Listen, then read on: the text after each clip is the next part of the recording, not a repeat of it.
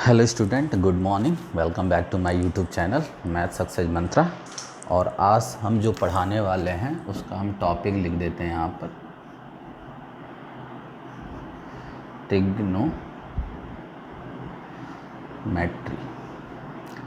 आज हम पढ़ेंगे ट्रिग्नोमेट्री और ये क्लास 10th। और ट्रिग्नोमेट्री में जो पहला पढ़ना है हमको पढ़ना है trigonometry ratio. Trigonometry ratio,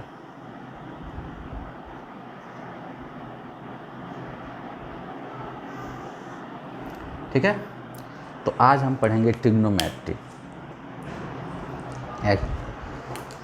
clear हो रही बात है। ट्रिग्नोमेट्री एक नया वर्ड होगा आपके लिए, ट्रिग्नोमेट्री पहली बार सुन रहे होंगे तो घबराइएगा मत कि ट्रिग्नोमेट्री एक्चुअली होती क्या है।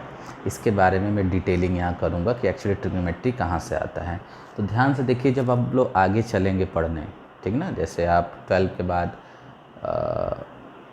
बीएससी में जाते हो, यदि आप लोग क्या करते हैं, बीएससी करते हैं, तो वहाँ पर ट्रिग्नोमेट्री अलग से एक बुक आएगी। वैसे तो पहले जो यूपी बोर्ड में पढ़े हुए लोग हैं उनको पता है कि 12 में 6 बुक लगती थी मैथ की, और एक क्या होता था, अलजेब्रा होता था, एक ट्रिग्नोमेट्री होती थी, एक क्या होता था, कैलकुलस होता था, एक स्टैटिस्टिक्स मतलब स्टैटिक्स की बुक होती थी। समझ में आ रही बातें। और इस तरह से 6 बुक लगती थी। लेकिन बाद में क्या हुआ कि सिलेबस रिड्यूस हुआ और धीरे धीरे एनसीईआरटी के पैटर्न पे चला आया। यूपी बोर्ड का सिलेबस, यूपी बोर्ड के बाद 11-12 की हम बात कर रहे हैं, वो सिलेबस चेंज होके अब फुल टू क्या हो गया है, एनसीईआरटी बेस्ड हो गया है। तो एनसीईआरटी में अलग अलग बुकें नहीं हैं, एक ही में सभी चीज़ पढ़ाई जाती है। लेकिन आपको मालूम होना चाहिए कि ट्रिग्नोमेट्री क्या है। मैथमेटिक्स का एक ब्रांच है। मैथमेटिक्स में बहुत से ब्रांच है। आगे चलते हो तो मैथमेटिक्स में बहुत सी चीज़ें होती हैं। अलजेब्रा अलग हो जाता है, ट्रिग्नोमेट्री अलग हो जाती है, समझ में आ रही बात है, कैलकुलस अलग हो जाता है। इसी तरह ये ट्रिग्नोमेट्री है। और इस मैथ के इस ब्रांच ऑफ मैथमेटिक्स में, इस ब्रांच में ट्रिग्नोमेट्री में हम 3 साइड से घिरे हुए ज्योमेट्रिकल फिगर, ठीक ना, 3 साइड से घिरे हुए ज्योमेट्रिकल फिगर मतलब ट्रिग्नोमेट्री ट्रायंगल और उसके एंगल, ठीक ना, के बीच का रिलेशन पढ़ते हैं। ट्रिग्नोमेट्री में हम क्या पढ़ते हैं, ट्रायंगल और ट्रायंगल के बीच के जो ट्रायंगल में एंगल बनते हैं 3, उनके बीच एक रिलेशन हम पढ़ते हैं। क्लियर हो रही बातें।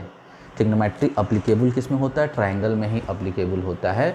और हम क्या करते हैं, मैथमेटिक्स की वो ब्रांच जिसमें हम ट्रायंगल की साइड और उसके एंगल के रेशियो के बारे में पढ़ते हैं या रिलेशन के बारे में पढ़ते हैं, वो ट्रिग्नोमेट्री कहलाता है। और जो टॉपिक है आपका ट्रिग्नोमेट्री रेशियो, उसमें सीधी सी बात है कि आप ट्राई मतलब क्या होता है, 3। ये जो गोनोमेट्री आया है, ज्योमेट्री से आया है, तो 3 साइड वाली ज्योमेट्री मतलब ट्रायंगल, और इसमें ट्रायंगल का ही स्टडी होता है, लेकिन ट्रायंगल के साइड और एंगल के बीच के रिलेशन को हम स्टडी करते हैं। और यहाँ पर ट्रिग्नोमेट्री रेशियो मतलब हम ट्रायंगल के साइड के रेशियो के बारे में पढ़ते हैं, ठीक है ना। और उस रेशियो का अलग अलग नाम दिया गया है, वो हम आगे चल के पढ़ेंगे। लेकिन आज हम शुरू करेंगे ट्रिग्नोमेट्री। और ट्रिग्नोमेट्री में हम क्या पढ़ेंगे, ट्रायंगल के साइड्स के रेशियो के रिलेशन, रेशियो के बारे में पढ़ेंगे।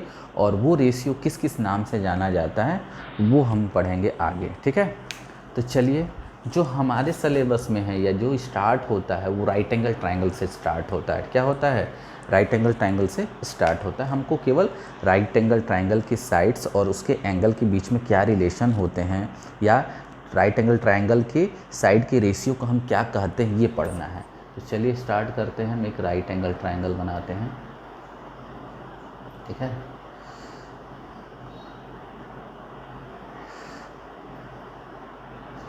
ए बी सी, ये मान लीजिए कि थीटा।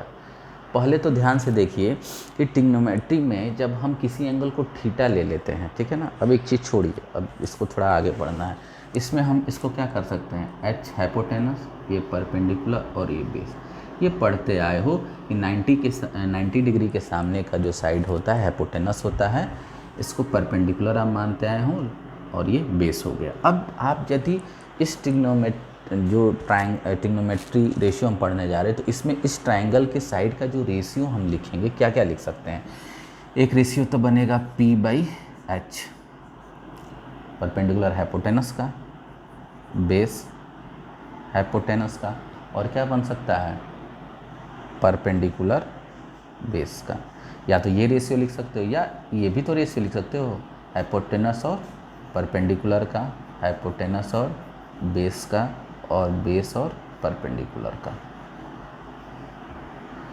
यदि हम इस ट्रायंगल के साइड के बीच के रेशियो लिखना शुरू करें तो यही पॉसिबली 6 रेशियो आएगा, और कोई रेशियो नहीं आएगा।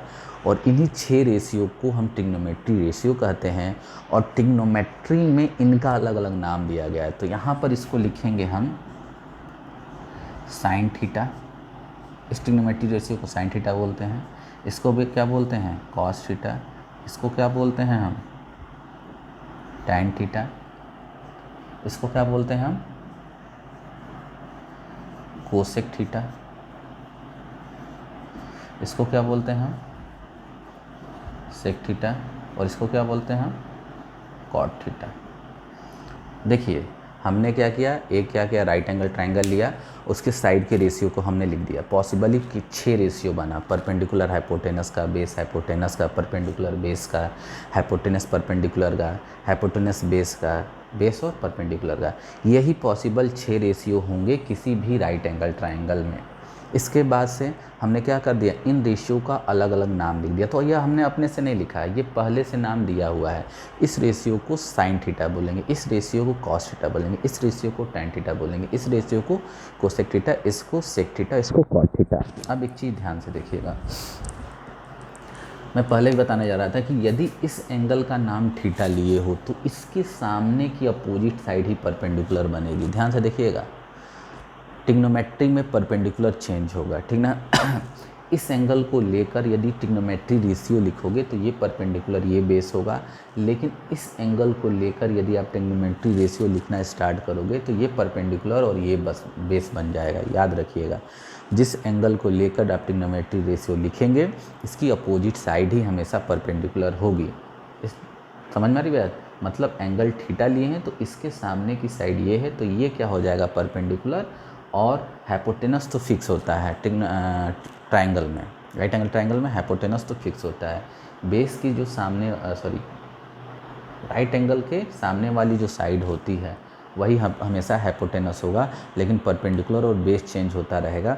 परपेंडिकुलर और बेस कैसे चेंज होगा, जो एंगल थीटा को लेकर सारी ट्रिग्नोमेट्री रेशियो लिखी हुई है तो अब क्या होगा, थीटा के सामने वाला परपेंडिकुलर ये बेस हो जाएगा। लेकिन यदि इस एंगल को लेकर हम ट्रिग्नोमेट्री रेशियो लिखते हैं तो परपेंडिकुलर ये और बेस ये हो जाता।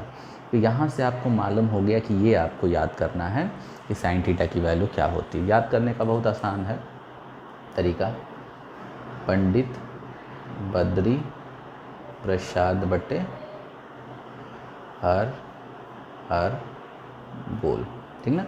बहुत आसान सा तरीका है। इससे क्या हो जाएगा,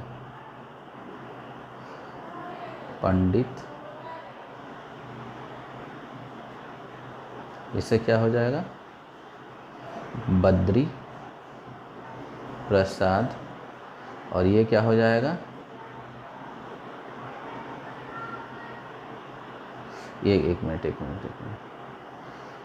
ये हो जाएगा पंडित बद्री प्रसाद, ये हो गया प्रसाद, क्या हो गया, पंडित बद्री प्रसाद, और ये हो गया आपका हर, और ये हो गया आपका हर, और ये क्या हो गया, बोल। तो आप याद कर सकते हो, पंडित बद्री प्रसाद बटे हर हर बोल। पंडित से पी, बद्री से बी, और प्रसाद से पी, और नीचे हर हर बोल। ये हो जाएगा आपका साइन, ये हो जाएगा कॉस, ये होगा टैन, ठीक ना। अब एक चीज़ और याद कर सकते हैं यहाँ पर, सोना, सोना, चांदी, चांदी, यहाँ पर तोल, सोना चांदी तोल। तो पहला है सोना चांदी तोल, तो सोना से क्या हो गया साइन, चांदी से क्या हो गया कास, और तोल से क्या हो गया, बोलिए tan। तो ये सब शॉर्टकट हैं, ये मतलब ये ऐसा नहीं है कि हार्ड एंड फास्ट याद करना है।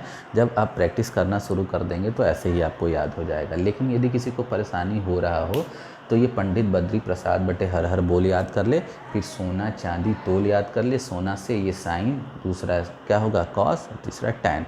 और फिर अब एक चीज़ और बताने जा रहे हैं कि इसी में इसको उल्टा कर दोगे तो कोसेक आएगा। तो क्या हो जाएगा, ये उल्टा कर दो h/p तो कोसेक, इसको उल्टा कर दो h/b, h/b क्या हो जाएगा सेक, और b/p क्या हो जाएगा कॉट हो जाएगा। तो ये तीनों क्या हैं, इसी के इन्वर्स हैं। तो इसको याद करने की बहुत ज़रूरत नहीं है। सोना को उल्टा कर दोगे मतलब साइन का उल्टा कोसेक होता है, तो h/b कोसेक हो जाएगा। चांदी से कॉस होगा, कॉस का जो अपोजिट होता है क्या होता है सेक होता है, तो h/b सेक हो जाएगा। और टैन का अब रिवर्स इन्वर्स क्या होता है कॉट होता है, तो b/p क्या हो जाएगा कॉट हो जाएगा। तो यहाँ तक आपको बातें समझ में आ गई होगी। तो मैं आगे चलता हूँ, ठीक है। चलिए इसको मिटा देते हैं, इसको देख लीजिएगा। हाँ, तो यहाँ से एक रिलेशन निकलता है कि साइन थीटा क्या है, कोसेक का इन्वर्स है, मतलब दिस। और एक चीज़ ये दिख रहा है कि कोसेक का इन्वर्स साइन है, दोनों चीज़ है, साइन का इन्वर्स कोसेक, कोसेक का इन्वर्स साइन। तो cosec theta is equal to 1/sin theta, एक ये याद करिए। फिर कास थीटा का इन्वर्स कितना है सेक थीटा, और सेक थीटा का क्या है आपका कास थीटा, ठीक है हो गया। फिर टैन का क्या होगा कॉट थीटा, कॉट थीटा का क्या होगा 1/tan थीटा। तो याद रख लीजिएगा ये रिलेशन, आपको बहुत अच्छे से याद हो जाएगा कि साइन का जो रिवर्स होता है कोसेक होता है, कोसेक का रिवर्स 1/sin होता है, कॉस का रिवर्स इन्वर्स क्या होता है, मतलब 1/sec का इन्वर्स कॉस होता है, तो cos theta equal to 1/sec theta, sec theta equal to 1/cos। दोनों एक दूसरे के रिवर्स होते हैं, तो एक दूसरे के इन्वर्स में हम लिख सकते हैं tan थीटा को 1/cot थीटा और cot थीटा को 1/tan थीटा। क्लियर हो रही बात है, अच्छे से आप लोग इसको देख लेंगे। ये सब फार्मूले हैं, रिजल्ट हैं, इसको याद करेंगे आप, ठीक है ना। चलिए तो इस पर क्वेश्चन क्या आते हैं पहले उसको हम देखते हैं ध्यान से, ठीक है ना। इसको मिटा दे रहे हैं, फिर से समझ लीजिए। देखो जैसे ही कोसेक को 1/कोसेक करोगे p/h बन जाएगा, वो साइन बन जाएगा, मतलब साइन थीटा को 1/कोसेक लिख सकते हो। आप रिलेशन निकाल के रखिएगा या तो रट लीजिए, कोई दिक्कत नहीं है, ठीक है ना। अब इस पर क्वेश्चन बेस्ड क्या आएगा, देखिए क्वेश्चन जो आएगा इस तरह से आएगा। अब इसको हटाइए, आपको दिया होगा कि if sin थीटा is equal to 3/5 find remaining 5 T ratio. T ratio का मतलब ट्रिग्नोमेट्री रेशियो। अब एक दे दिया है साइन थीटा और आपको रिमेनिंग 5 निकालना है। 6 होते हैं ना, 6 में से एक दिया है, 5 निकालना है। तो क्या दिया है पहले वो लिखते हैं। आपको दिया है sine theta equal to 3/5, this imply that, ध्यान से देखिएगा। और साइन थीटा इक्वल टू क्या होता है p/b, p/h होता है ना 3/5। आपको पता चल गया कि परपेंडिकुलर हाइपोटेनस का रेशियो तो क्या आ गया, दिस इम्प्लाई दैट p/h कितना हो गया 3/5। तो यदि p और h में रेशियो मालूम है तो हम मान सकते हैं कि late p equal to 3x और h इक्वल टू 5x। ऐसा ही तो आप मानते थे, दो का रेशियो मालूम है तो दोनों को मानने के लिए क्या कर देंगे, जो रेशियो होगा उसमें x लगा लेते, y लगा लेते थे, t लगा लेते थे। तो p को मान लेंगे कि 3x है और h को मान लेंगे कि 5x है। अब आप जानते हो पाइथागोरस का थ्योरम, पाइथागोरस का थ्योरम क्या जानते हो, p जानते हैं आप, h square equal to p square plus b square. ये क्यों अप्लाई करेंगे, क्योंकि दो साइड मालूम हो गया, p और h मालूम हो गया। p तो 3x है और h तो 5x है। यदि हम चौथा साइड भी निकाल, दो साइड मालूम हो गया, यदि हम तीसरी साइड निकाल लेंगे, मतलब क्या निकाल लेंगे, बेस निकाल लेंगे, तो हम कोई भी ट्रिग्नोमेट्री रेशियो लिख सकते हैं। तो हम बेस निकालने जा रहे हैं। h की वैल्यू क्या है 5x का होल स्क्वायर, p की वैल्यू क्या है 3x का होल स्क्वायर, यहाँ पर हो गया b स्क्वायर। इसको इधर ले लो 25x स्क्वायर, ये कितना हो जाएगा 9x square equal to b square, और ये हो जाएगा आपका 16x square equal to b square. This imply that b equal to होगा 4x। तो b भी निकल गया आ गया भाई। देखिए p मालूम हो गया, h मालूम हो गया, b मालूम, x में ही मालूम हो गया, मालूम तो हो गया क्योंकि हमको रेशियो निकालना है तो x से कोई मतलब है नहीं। अब क्या है, हमको निकालना है cos theta. Cos theta equal to क्या होता है b/h। देख लीजिएगा फार्मूला में b की वैल्यू कितना है बताइए, b की वैल्यू है आ गया 4x और नीचे h मतलब 5x, x से x कैंसिल हो जाएगा तो कास थीटा की वैल्यू कितनी आ जाएगी 4/5। अब आते हैं टैन थीटा। टैन थीटा की वैल्यू कितना होती है p/b होती है। p भी मालूम है और b भी मालूम है। p कितना है आपका 3x, b कितना मालूम है आपका 4x, कैंसिल कर दो तो टैन थीटा की वैल्यू कितना हो जाएगा 3/4। हाँ, सेक थीटा इक्वल टू कितना होता है, कोसेक थीटा लिख लो। कोसेक थीटा इक्वल टू होता है h/p। h की वैल्यू मालूम है, h की वैल्यू क्या मालूम है, h की वैल्यू मालूम है आपको 5x और p की वैल्यू मालूम है आपको 3x। तो कट जाएगा, कोसेक थीटा इक्वल टू कितना हो जाएगा 5/3। फिर निकालो आप सेक थीटा कितना होता है h/b होता है। h की वैल्यू कितनी है 5x, b की वैल्यू कितनी है 4x, कट जाएगा फिर x,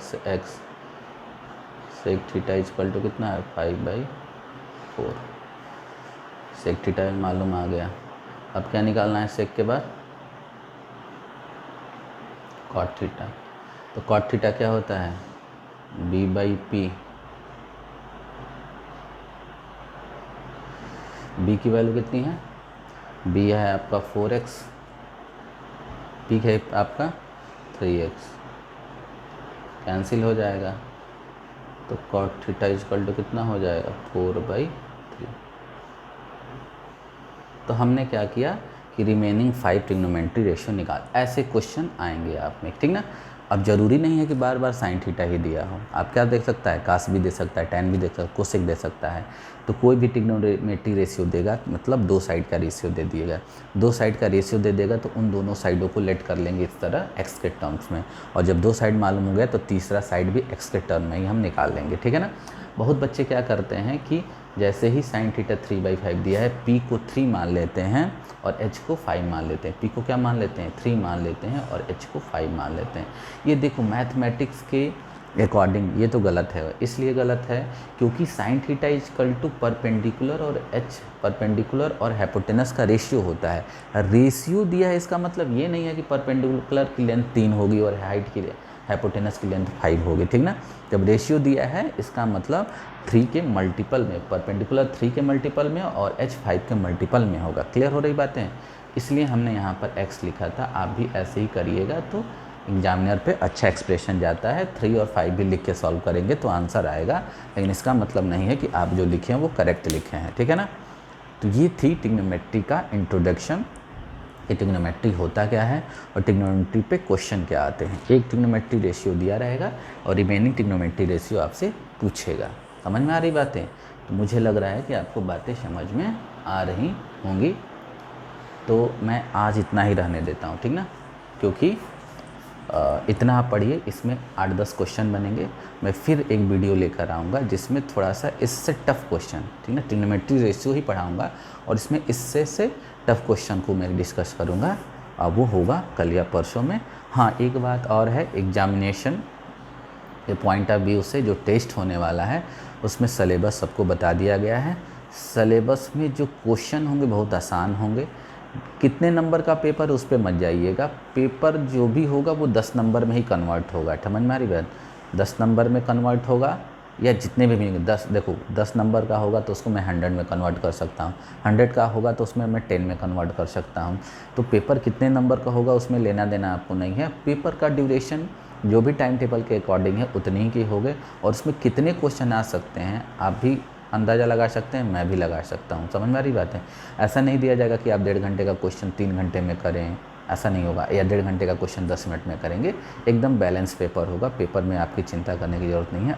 बेसिक बातों को पढ़ के आइएगा, एकदम करेंगे और कर ले जाएंगे। दूसरी बात है, जो भी मिड ब्रांच के बच्चे हैं मुझको पर्सनली क्या करेंगे, पेपर सॉल्व करके और मैसेज करेंगे, मैं उसको चेक करूँगा। क्लियर हो रही बात है? दूसरे ब्रांच के भी बच्चे, हाँ, कॉपी पे ब्रांच लिखना बहुत ज़रूरी है कि आप मिड्ढा के हैं कि बहेरी ब्रांच के हैं, क्योंकि इससे क्या होगा, पता लगेगा कि बच्चा कहाँ का है। क्लियर हो रही बात है? पेपर साफ़ सुथरा होना चाहिए, बड़े बड़े अक्षरों में लिखिए, क्योंकि इस बार मोबाइल पे ही देख के चेक करना है, हाथ में नहीं है। तो गंदा लिखेंगे तो चेक करना बड़ा मुश्किल हो जाएगा, बार बार जूम करना, ऐसे इरिटेशन हो जाएगा। तो हमको नहीं लग रहा है कि आपकी कापी अच्छे से चेक हो पाएगी, इसलिए साफ़ सुथरा और बढ़िया से लिखिए। दूसरी बात है, जैसे ही पेपर सेंड किया जाएगा उसके 1.5 घंटे जैसे ही कंप्लीट होगा उसके 5 मिनट में सभी लोग अपना सेंड कर देंगे, 5 से 10 मिनट में। यदि कोई 1 घंटा और आधा घंटे बाद कर दे या 2 घंटे के बाद करता है तो उसका हम लोग कापी चेक नहीं करेंगे, वो तो टाइम उसमें आ जाएगा कि कब आपने भेजा है। केवल 10 मिनट का गैप दिया जाएगा आपको भेजने के लिए। क्लियर हो रही बात है? और 10 मिनट में ही सभी लोग कॉपी सबमिट कर देंगे। उसके बाद से वो चेक होके उसका क्या होगा, नंबर आपको सुनाया जाएगा या नहीं जाएगा वो तो ऑफिस से पता चलेगा, लेकिन उसकी मार्किंग कर ली जाएगी।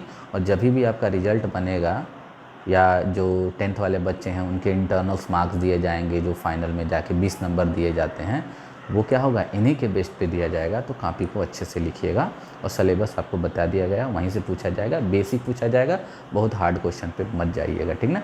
टेस्ट का प्रिपरेशन करिए और धीरे धीरे ये सब चीज़ भी पढ़ते रहिए। इसलिए थोड़ा सा कम ड्यूरेशन के आज क्लास बनाए हैं कि आप लोग आराम से पढ़ लेंगे। ये क्या है, आज का इंट्रोडक्शन था ट्रिग्नोमेट्री का। फिर मैं नेक्स्ट डे आऊँगा बढ़िया क्वेश्चन को लेकर, अच्छे क्वेश्चन को लेकर, टफ क्वेश्चन को लेकर।